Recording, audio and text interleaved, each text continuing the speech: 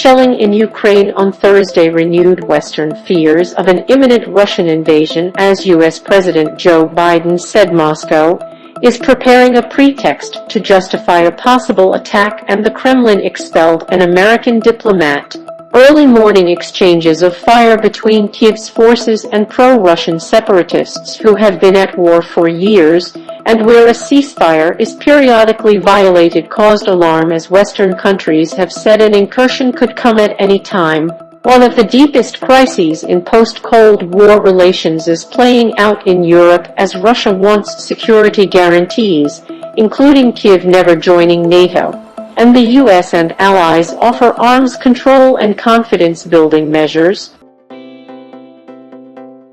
While Russia accuses the West of hysteria, saying some of its troops have returned to bases, and that it has no plans to invade, many Western countries are adamant that the military buildup is continuing ahead of a possible assault. He ordered Secretary of State Antony Blinken to change his travel plans at the last minute to speak at a United Nations Security Council meeting, where he outlined possible Russian scenarios. It could be a fabricated so-called terrorist bombing inside Russia, the invented discovery of a mass grave, a staged drone strike against civilians, or a fake, even a real attack using chemical weapons, Blinken said.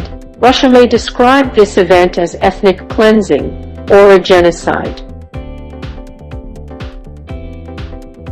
In a new blow to relations between the two world powers, Russia expelled U.S. Deputy Chief of Mission Bart Gorman. The move was announced on Thursday, but a senior State Department official said he left last week. Moscow cited the U.S. expulsion of a senior official in Washington, who it said was forced to leave before a replacement could be found as part of a U.S. visa war.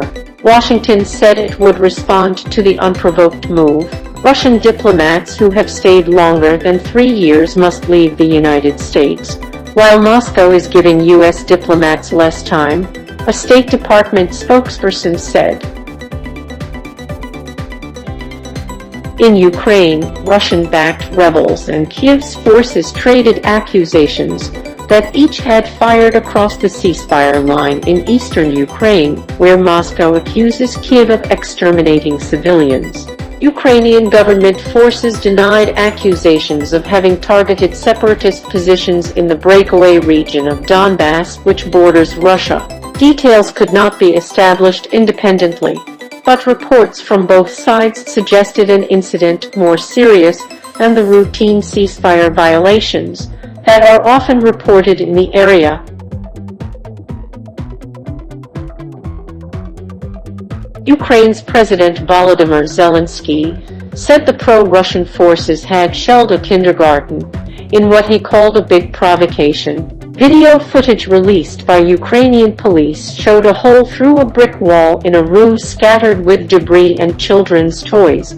Estimates also vary as to how many Russian soldiers have massed near Ukraine. Nearby NATO member Estonia cited around 170,000 troops on Wednesday.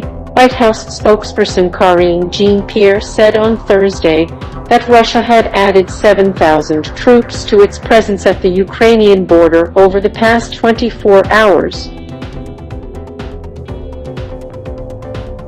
We see them fly in more combat and support aircraft. We see them sharpen their readiness in the Black Sea, Defense Secretary Lloyd Austin said at NATO headquarters in Brussels.